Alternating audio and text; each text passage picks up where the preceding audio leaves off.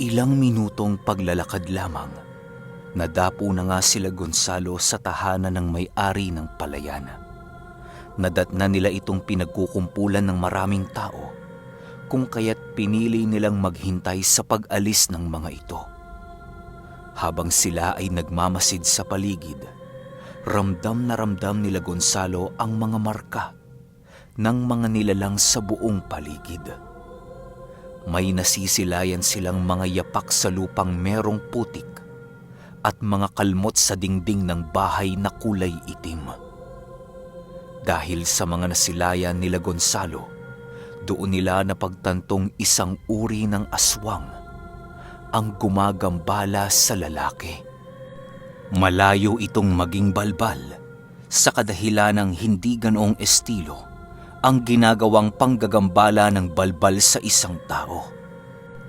Nang tuluyan ng mabigyan sila Gonzalo ng daan patungo sa kinahihimlayan ng may-ari ng palayan, doon nila nasilayan ang kahindik-hindik na katayuan ng kanilang pasyente. Halos mamutla na kasi ang buong katawan ng lalaking yon at wala na silang nakikitang dugong dumadaloy sa katawan nito. Namamayat na din ang lalaki at kitang-kita na nila ang paglitawan ng mga buto nito. Nakakarinig na din sila Gonzalo ng mahinang tinig habang humihinga ito na parabang mababawian na ito ng buhay. Dahil sa kanilang mga nasilayan, pinili nilang paalisin ng mga taong hindi kapamilya sa loob ng bahay. Matapos magsilabasan ng mga trabahador nito, pinili nila Gonzalong umpisahan ang kanilang pagtatawas sa may-ari ng palayan. Yon ang una nilang ginawa upang madali nilang matukoy ang sanhi ng sakit nito. Sa pagtatawas nila Gonzalo, doon nila nasipat ang sabog-sabog na resulta na parabang ang sakit ng lalaking yon ay tuluyan ng umugat sa kanyang kaluluwa. Kahit ano ang gawin nilang estilo ng pagtuntun sa sakit ng matanda, ay bigo silang matukoy ito. Ilang minuto pa ang lumipas, pinili ni Gonzalong makiramdam sa paligid. Habang siya ay nakikiramdam, maigi niyang pinakinggan ang bawat pagtibok ng puso ng mga nilalang na naroon sa silid na yon. Matapos niya itong gawin, bigla siyang napamulat nang mapansin niyang may isa pang nilalang ang nasa loob ng silid. Rinig na rinig niya ang mahinang pagtibok ng puso nito na parabang nagkukubli sa paligid. Dahil sa mga naramdaman ni Gonzalo, doon niya unti-unting napagtanto na sa isang hayop nang gagaling ang tibok ng pusong kanyang nararamdaman. Tio Carpio, baka hunay ang gawyang tao na yan. Wika ni Gonzalo. Imposible namang mayanggaw yan, Gonzalo. Tingnan mo, paralisado na ang buong katawan ng lalaking yan. Ano pa ang magiging silbi niyan sa aswang? Singit naman ni Samuel. Nang marinig ito ni Gonzalo, pinili niyang hintayin ang sasabihin ng kanyang tiyuhin. Kagaya niya kasi, maigi ring nakikiramdam noon si Pio Carpio sa buong paligid. Ilang minuto pa ang lumipas, biglang nagwika si Pio Carpio ng, Samuel, Uloy, kunin niyo ang natitirang langis nating panggamot sa bahay. Dalhin niyo ang lahat ng yon, dahil yon ang kailangan natin upang maalis ang yanggaw sa taong ito. Nang marinig ito nila Samuel, ay agad naman nilang sinunod ang utos ng ermitanyo. Habang naglalakad ito papalayo sa silid ng may-ari ng palayan, naging palaisipan kay Samuel at kay Uloy kung paano nayanggaw ang taong yon. Halos hindi kasi sila makapaniwala na merong aswang ang magtatangkang mangyanggaw sa isang taong baldado. Labis kasing naniniwala sila Samuel na merong hinihinging mga kailangan ang mga aswang bago tuluyang mayanggaw ang isang tao. Ang isa dito ay kailangang malakas ang pangangatawa ng kanilang yayang gawin upang ito ay labis na makatulong sa kanilang angkan. Sa pag-alis nila Samuel sa tahanan ng may-ari ng palayan, pinili nila Gonzalong pagmasdan na lamang ang mga susunod na mangyayari sa kanilang pasyente. Habang nakaupo noon si Pio Carpio sa isang silya, panay ang pagbigkas nito ng mga usal sa paligid. Ginagawa ito ng ermitanyo upang mapalayas ang mga elementong nakikisali sa kanilang panggagamot. Ilang minuto pa ang lumipas, tuluyan na ngang nakabalik sila Samuel, dala-dala ang mga pinakuha ni Pio Carpio. Agad din naman nila itong iniabot sa ermitanyo nang makapasok na sila sa silid. Nang makuha na ni Pio Carpio ang langis, pinili niyang usalan ang mga ito bago niya isagawa ang kanyang hakbang sa panggagamot. Matapos niya itong gawin, agaran din naman siyang lumapit sa kanilang pasyente habang patuloy sa pag-uusal. Matapos makalapit ni Pio Carpio, agad nitong itinaas ang ulo ng lalaki upang ipainom ang langis na punong-puno ng usal. Nang masipat ni Gonzalong kailangan ng tulong ng kanyang tiyuhin, agaran din naman itong lumapit upang makapagbigay ng alalay. Habang patuloy na pinapainom ni Pio Carpio ang lalaking yon, gulat na gulat si Gonzalo nang masipat niyang merong kakaibang nilalang ang gumagalaw sa loob ng tiyan nito. Yun kasi ang unang beses na makasilay si Gonzalo ng bertud ng aswang na nasa kaanyuan ng isang hayop. Matapos mapainom ni Pio Carpio ng langis ang lalaki, agad din naman itong hinilot ang katawan ng kanilang pasyente. Habang patuloy na hinihilot ni Pio Carpio ang lalaki, panay ang ginagawa nitong pag-uusal. Alam ni Gonzalong humihingi ito ng patnubay sa kanyang mga gabay sa kanyang ginagawang panggagamot. Makalipas lamang ang ilang minutong panghihilot, may mga naririnig na sila Gonzalong mahihinang pag-ungol na nanggagaling sa lalaki. Matapos itong mahilot ni Pio Carpio, pinili nitong pagsabihan ang mga anak ng lalaking yon na lumabas na muna sa silid, gawa ng meron siyang gagawing maaaring makapagbigay sa kanila ng trauma. Nang marinig ito ng mga anak ng pasyente, agaran din naman nilang sinunod ang nais ni Pio Carpio. Sa pag-alis ng mga ito sa silid, agad din namang ginawa ni Pio Carpio ang kanyang huling hakbang sa panggagamot sa lalaking yon. Habang dahan-dahan niyang pinapaliguan ng langis ang kanyang mga kamay, panay ang pagbitaw nito ng kanyang mga usal. Matapos niya itong gawin, inutusan ni Pio Carpio ang kanyang pamangkin na alisin ang pang-ibabang saplot ng kanilang pasyente.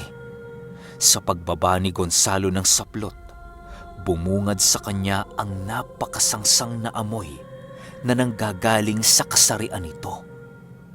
Labis ang ipinagtataka noon ni Gonzalo kung papaano nagkaroon ng ganung amoy ang kasarian ng lalaki. Ilang araw pa lang naman kasi ang lumipas, magmula noong huli niya itong nasilayan. Nang maibuka na ni Gonzalo ang dalawang hita nito, agad namang isinuot ni Pio Carpio ang kanyang kamay sa singit ng lalaking yon. Pagsipat ni Gonzalo sa kamay ni Pio Carpio, kitang-kita niya ang pagpasok ng kalahati ng kamay nito. Animoy nakapasok yon sa kung saang mangbutas sa singit ng lalaki na parabang merong butas doon. Ilang minuto pa ang lumipas, nasipat naman nilang parang merong dinudukot na kung anong bagay si Pio Carpio. Nang may mahawakan na siyang bagay sa singit ng lalaki, agaran din naman niya itong hinila. Sa paghila ni Pio Carpio, ramdam na ramdam ng kanyang mga kasama ang pagpupumiglas ng kung anumang nilalang na nadakip nito. Iho, basain mo pa ng langis ang kamay ko. Bilisan mo! Wika ni Pio Carpio. Nang marinig ito ni Gonzalo, agaran din naman niya itong sinunod. Matapos niya itong gawin, dahan-dahan ang nababawi ni Pio Carpio ang kanyang kamay na pumaloob sa singit ng lalaki. Ilang minuto pa ang lumipas, tuluyan na ngang nahila ni Pio Carpio ang kanyang kamay. Matapos yan, biglang nasipat nila Gonzalo ang napakaliit na sisiw na dakot-dakot ni Pio Carpio. Agaran din namang isinilid ito ng ermitanyo sa isang garapon upang hindi tuluyang makatakas ang sisiw na yon. Ermitanyong Carpio, bakit ho hindi pa namamatay yan? Gulat na tanong ni Samuel. Hindi, iho. May mga ipinakain ako sa sisiw na ito, kung kaya't hindi yan mamamatay kahit tuluyan na itong naalis sa biktimang kanyang niyayanggaw. Gagamitin ko ang sisiw na ito upang parusahan ang sinumang aswang na nagtangkang yang gawin ng taong ito. Magsisisi siya dahil hindi na muling aayon sa kanya ang panahon. Sagot naman ni Pio Carpio. Matapos niyang makapagsalita, pinili niyang itago na ang sisiw na kanyang hawak-hawak. Pinapasok na dinoon nila Gonzalo ang mga kamag-anak ng lalaki upang makita nila ang mga susunod na paggamot sa kanilang mahal sa buhay. Bago tuluyang umalis noon si Pio Carpio, muli niyang pinainom ang lalaking yon ng pinaghalong langis at tubig. Pinaikot-ikutan niya din ito ng isang hilaw na itlog upang maalis ang mga negatibong enerhiya na bumabalot sa katawan nito. Sa pagsapit ng hapon, pisakin niyo ang itlog na ito sa basong merong tubig. Hayaan niyo ang itlog na itong manatili sa paligid ng inyong ama buong magdamag at ilibing niyo ito sa pagputok ng bukang liwayway. Bili ni Pio Carpio. Hindi na nito masyadong ipinaliwanag ang silbi ng itlog na yon, gawa ng alam ng ermitanyo na tuluyan ng gumaling ang lalaki. Bago nila lisanin ang bahay na yon, pinili nilang magtanim ng pangontra sa buong paligid. Maaari kasing bumalik pa ang aswang na nangyanggaw sa lalaki sa pag-aakalang tuluyan na niya itong nahawaan ng kanyang pagiging aswang. Habang naglalakad sila Pio Carpio pabalik sa tahanang kanilang tinutuluyan, panay naman ang ginawang pagtatanong ni Gonzalo tungkol sa mga ginawa ng kanyang tiyuhin. Unang beses pa lamang kasing nasilaya ni Gonzalo ang mga ganoong bagay, kung kaya't nabalot ang kanyang isipan ng mga katanungan. Tiyo, bakit ho sisiw ang pinagmumulan ng lakas ng mga aswang? Tanong ni Gonzalo. Ikaw talaga, iho. Masyado mo akong pinatatawa. Hindi ako naniniwalang hindi mo alam ang tungkol sa abilidad ng mga aswang na mangyanggaw ng mga ordinaryong tao gamit-gamit ang mga hayop. Isa kang aswang, kung kaya't marapat lamang na alam mo ang bagay na yan. Sagot naman ni Pio Carpio. Nang marinig ito ni Gonzalo, ay mas lalo pa niyang ipinagdiinan ang kanyang mga tanong. Dahil sa kanyang kakulitan, si Samuel na lamang ang nagpresenta na ipahayag sa kanya ang mga sikretong kanilang nalaman tungkol sa iba't ibang uri ng mga aswang. Abala kasi noon si Pio Carpio sa pagbabantay ng sisiw upang hindi nito magawang tumakas. Habang naglalakad silang dalawa ni Samuel, doon na ikinuwento sa kanya ng kanyang kaibigan ang iba't ibang abilidad ng bawat uri ng aswang. Aminado si Gonzalong hindi siya mangmang sa kanyang uri, Pero may mga bagay pa siyang hindi nalalaman. Ayaw niya kasi noong pagtuunan ng atensyon ang mga bagay-bagay, lalo na kung meron itong kaugnayan sa mga nilalang na kanyang kauri. Ayon kay Samuel, na ang mga aswang ay merong kanya-kanyang abilidad. Ang pinakamalakas na bertud ng aswang ay ang batong kagaya ng pagmamay-ari ni Gonzalo. Ang pumapangalawa sa bertud na yon ay ang bertud ng aswang na nasa kaanyuan ng gagamba. Karabungko ang tawag sa mutya na yon, na kadalasang gamit-gamit ng mga uwak-uwak. Ang susunod ay ang tuko, at ang pang-apat naman ay ang sisiw. May mga iilan ring aswang na gumagamit ng uod at mga insekto sa pangyayanggaw na ang tinataglay na mutya ay ang bertud na nasa kaanyuan ng itim na paru-paro. Dagdag pa ni Samuel na ang ganoong uri ng aswang ay walang kakayahang makipaglaban maging sa isang ordinaryong tao.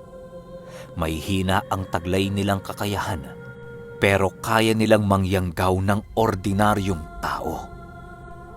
Karaniwang alipin ang mga ganitong uri ng nilalang ng isang angka ng aswang na kung tawagin ay kurkur. Mapang-alipin at mapanglamang kasi ang mga kurkur sa kahit na anong elemento at mga nilalang na nasasakop ng kanilang teritoryo. Lahat ng makita nilang may silbi sa kanila ay kanilang ginagamit hanggang sa dumating ang punto na hindi na nila ito kailangan. Nang marinig ni Gonzalo ang sinabi ni Samuel, kahit papano, meron na naman siyang nakuhang kaalaman tungkol sa kanyang uri. Doon niya rin napagtanto na kaya iba-iba ang wangis ng mga aswang, gawa ng iba-iba rin naman ang kaanyuan ng mga bertud nito. Sa pagpapatuloy ng paglalakad, ay narating na nga nila ang kanilang tahanang tinutuluyan. Nadatna nilang marami ang nakikilamay doon, gawa ng papasapit na ang hapon. Sa pagpasok ni Pio Carpio sa bahay, agad din naman itong dumiretso sa kanyang silid. Sumunod na dinoon sila Gonzalo at Samuel upang magmasid sa mga susunod na gagawin ng kanilang pinuno. Iho, mamayang gabi meron akong ipapagawa sa iyo. Alam kong muling bibisita ang nangangalaga sa sisiw na ito upang kunin ang ating nagamot na pasyente.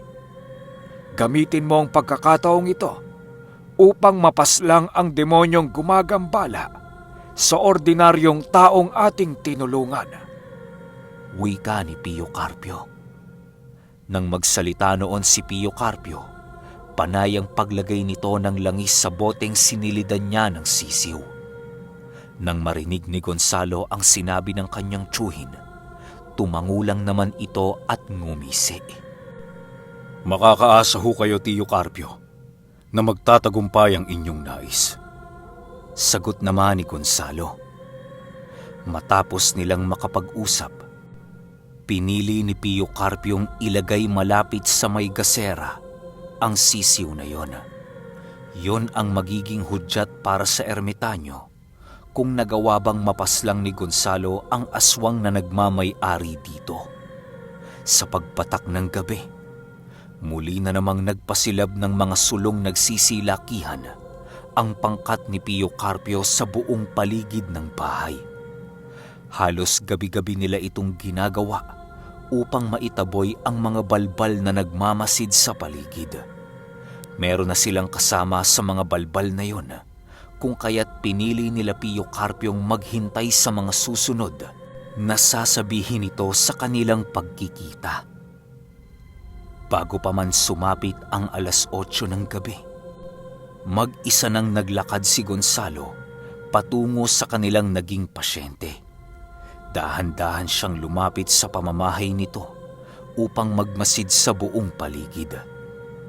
Habang lumilipas noon ang oras, ay halos wala namang nakitang kakaiba noon si Gonzalo. Pero kahit normal ang paningin niya doon sa paligid, pinili niyang sundin ang nais ng kanyang tiyuhin. Bago pa man noon sumapit ang 10:00 ng gabi, tuluyan na ngang nakapatay ang lahat ng gasera sa bahay na yon. Nakita pa noon ni Gonzalo ang anak na babae ng kanilang tinulungan na naghuhugas ng pinggan sa kanilang kusina. Habang pinapanood niya ang dalagang yon, biglang nabaling ang atensyon ni Gonzalo nang makasilay siya ng malapaniking lumilipad sa kalangitan. Sa sobrang dilim ng paligid noon ay halos hindi na ito masilayan dahil sa napakaitim na mga balat nito. Nang masipat ni Gonzalo ang nilalang na yon, pinili niyang magkubli sa damo habang hindi niya inaalis ang kanyang paningin dito. Ilang minuto pa ang lumipas, muli na naman niyang nasipat ang aswang na dahan-dahang lumapag sa bubong ng bahay na kanyang binabantayan. Doon na napagtanto ni Gonzalo na totoo ang sinabi sa kanya ni Pio Carpio, kung kaya't pinili niyang isagawa na ang kanyang misyon. Dahan-dahan siya noong nagpakawala ng mga engkantasyon na siyang magpapahintulot sa kanyang makapagpalit ng kanyang anyo.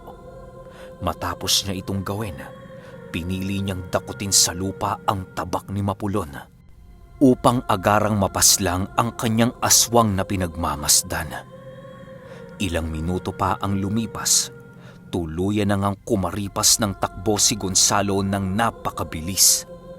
Nasa kaanyuan siya noon ng aswang na lakat upang hindi siya maramdaman ng aswang sa bubong ng bahay.